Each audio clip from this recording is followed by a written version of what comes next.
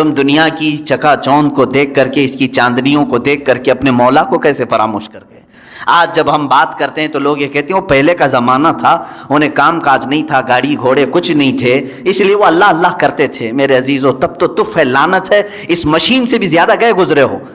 ہاں وہ اہل اللہ تھے، ان کے زمانے کے تقاضے تھے، اس کے باوجود وہ رب تعالیٰ کی پکار ہوتی تو ضرور حاضر ہوتے، اس لیے کہ انہیں معلوم تھا ہمارا مقصد ہی دنیا میں آنے کا یہ ہے، چاہے میں ترقی کر کے آسمان پر بھی پہنچ جاؤں، چاہے میں ترقی کر کے چاند تک بھی پہنچ جاؤں، لیکن میرا جو مقصد ہے دنیا میں آنے کا وہ میرے مولا کے حضور حاضر ہونا ہے جب وہ مجھے پکارے۔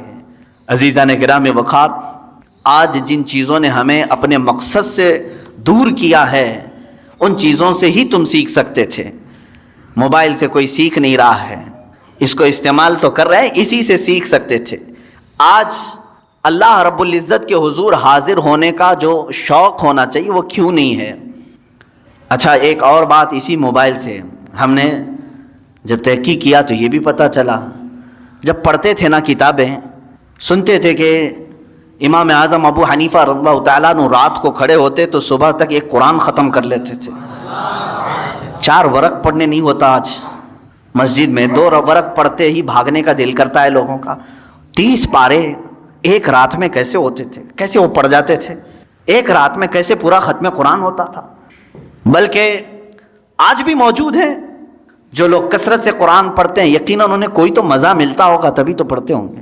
لیکن جب ہم کتابوں میں یہ اور بزرگوں کے بارے میں پڑھتے تھے، حضرت امام مالک رضی اللہ تعالیٰ عنہ کے متعلق بھی ہے، ایک بزرگ کے متعلق میں نام ذہن میں نہیں ہے، فرماتے ہیں کہ وہ کبھی کبھار ایسا ہوتا کہ گھوڑا حاضر کر دیا جاتا سفر کے لیے، گھوڑے پر پیر اٹھاتے ابھی رکھنے کے لیے، اور دوسرا پیر اٹھانے سے پہلے پہلے تک وہ پورا ختم قرآن کر جاتے تھے۔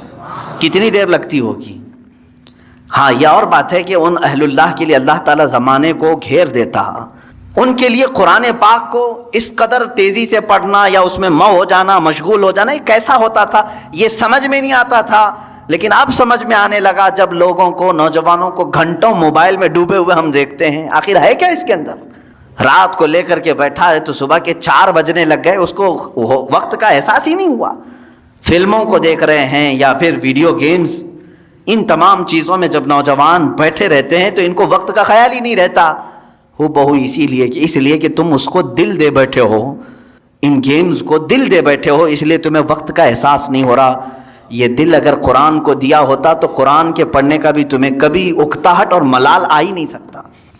ایک بزرگ سے سوال کیا گیا، انہوں نے فرمایا، سوال بھی بڑا اچھا ہے، انہوں نے کہا کہ کبھی ایسا ہوتا ہے فلم دیکھنے کے لیے بیٹھے 3 گھنٹے آرام سے بیٹھ جاتے ہیں، 4 گھنٹے کرکٹ دیکھنے کے لیے بیٹھ جاتے ہیں، کبھی کچھ بھی نہیں ہوتا، سکون سے بیٹھ جاتے ہیں۔ مسجد میں پائتی بدلتے رہتے ہیں ادھر سے ادھر، اگر تھوڑی دیر ہم بند کریں تو لوگوں کی بے قراری شروع ہو جائے گی، ادھر جانا ہے ادھر جانا ہے، ادھر آنا ہے ادھر آنا ہے، تھوڑی ہلکی آواز آئے کہ سب ادھر طرف توجہ کر لیں، یہ کیا مسئلہ ہے؟ ادھر سکون سے بیٹھتا نہیں ہے اور ادھر آرام سے بیٹھا رہتا ہے، وہاں گھنٹوں گزر جاتے ہیں، کیوں ایسا ہے؟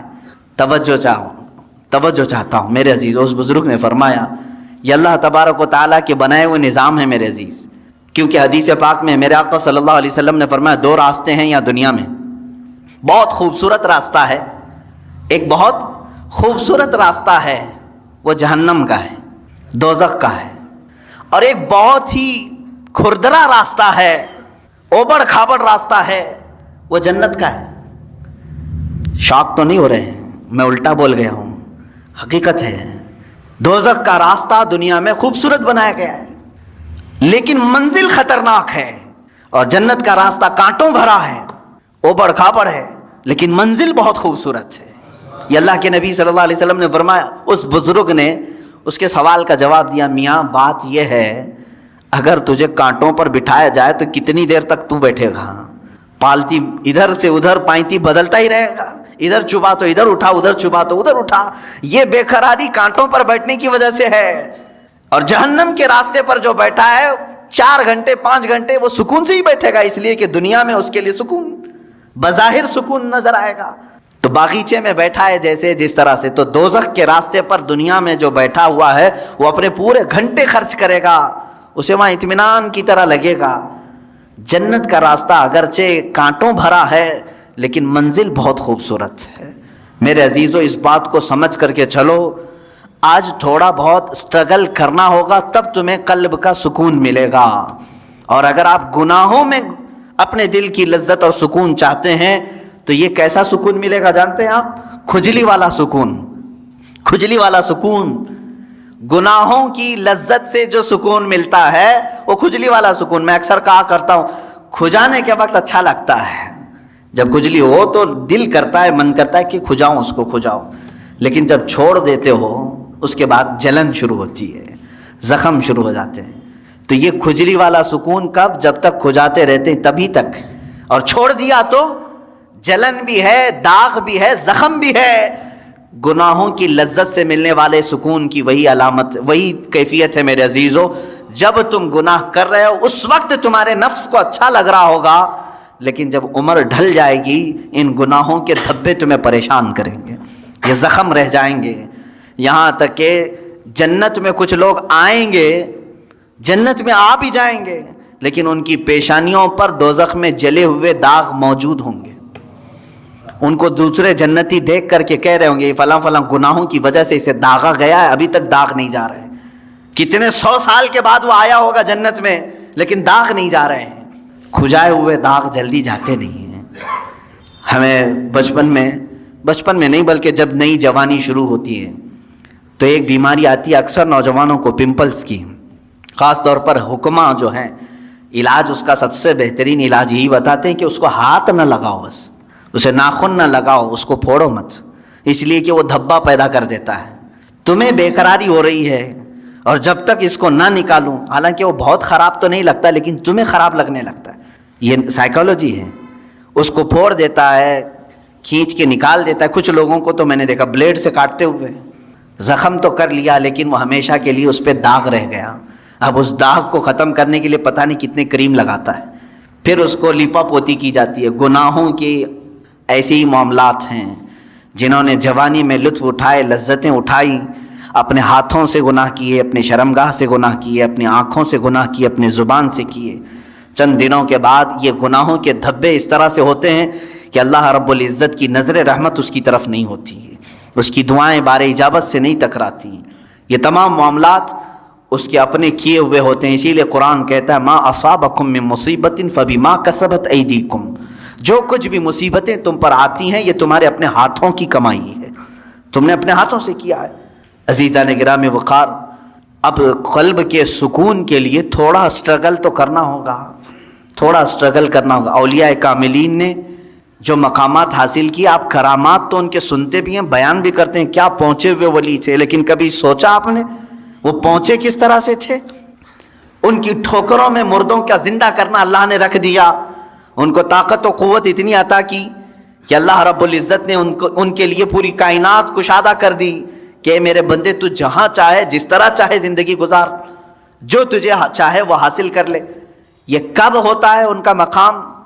میرے عزیزو وہ یوں ہی نہیں حاصل کرتے, اپنے آپ کو اللہ کی بارگاہ میں فنا کر دیتے ہیں. اسی لیے شاعر نے کہا ہے مٹا دو اپنی ہستی کو اگر کچھ مرتبہ چاہو, مٹا دو اپنی ہستی کو اگر کچھ مرتبہ چاہو, کہ دانا خاک میں مل کر گلے گلزار بنتا ہے. بیج کو کیچڑ میں بونا پڑتا ہے تب جا کر کے پھول اگتے ہیں. تم اگر یہ سوچتے ہو کہ میں سارے مرغن غذائیں کھاؤں, بہترین چکن مٹن اور سارے گھی مرغن سب چیزیں کھا کر کے میرے دل کو ذکر کی لذتیں ملیں, مشکل ہے, ایسا مشکل ہے. یہ راستہ تھوڑا سا کٹھن ہے. میں تصوف کے راستے پر آپ کو کہہ رہا ہوں, کچھ چیزوں کو روکنا ہوگا, صبر کے راستے پر آنا پڑے گا. سرکار غوث پاک رضی اللہ تعالیٰ عنہ کی بارگاہ میں ایک بوڑھی خاتون آئی, اپنے بیٹے کو چھوڑ گئی, کہا اس کو اچھا بنائیے, آپ اس کو اچھا بنائیے, اس پر اتنی نظر کیجئے کہ آپ جیسا بن جائے.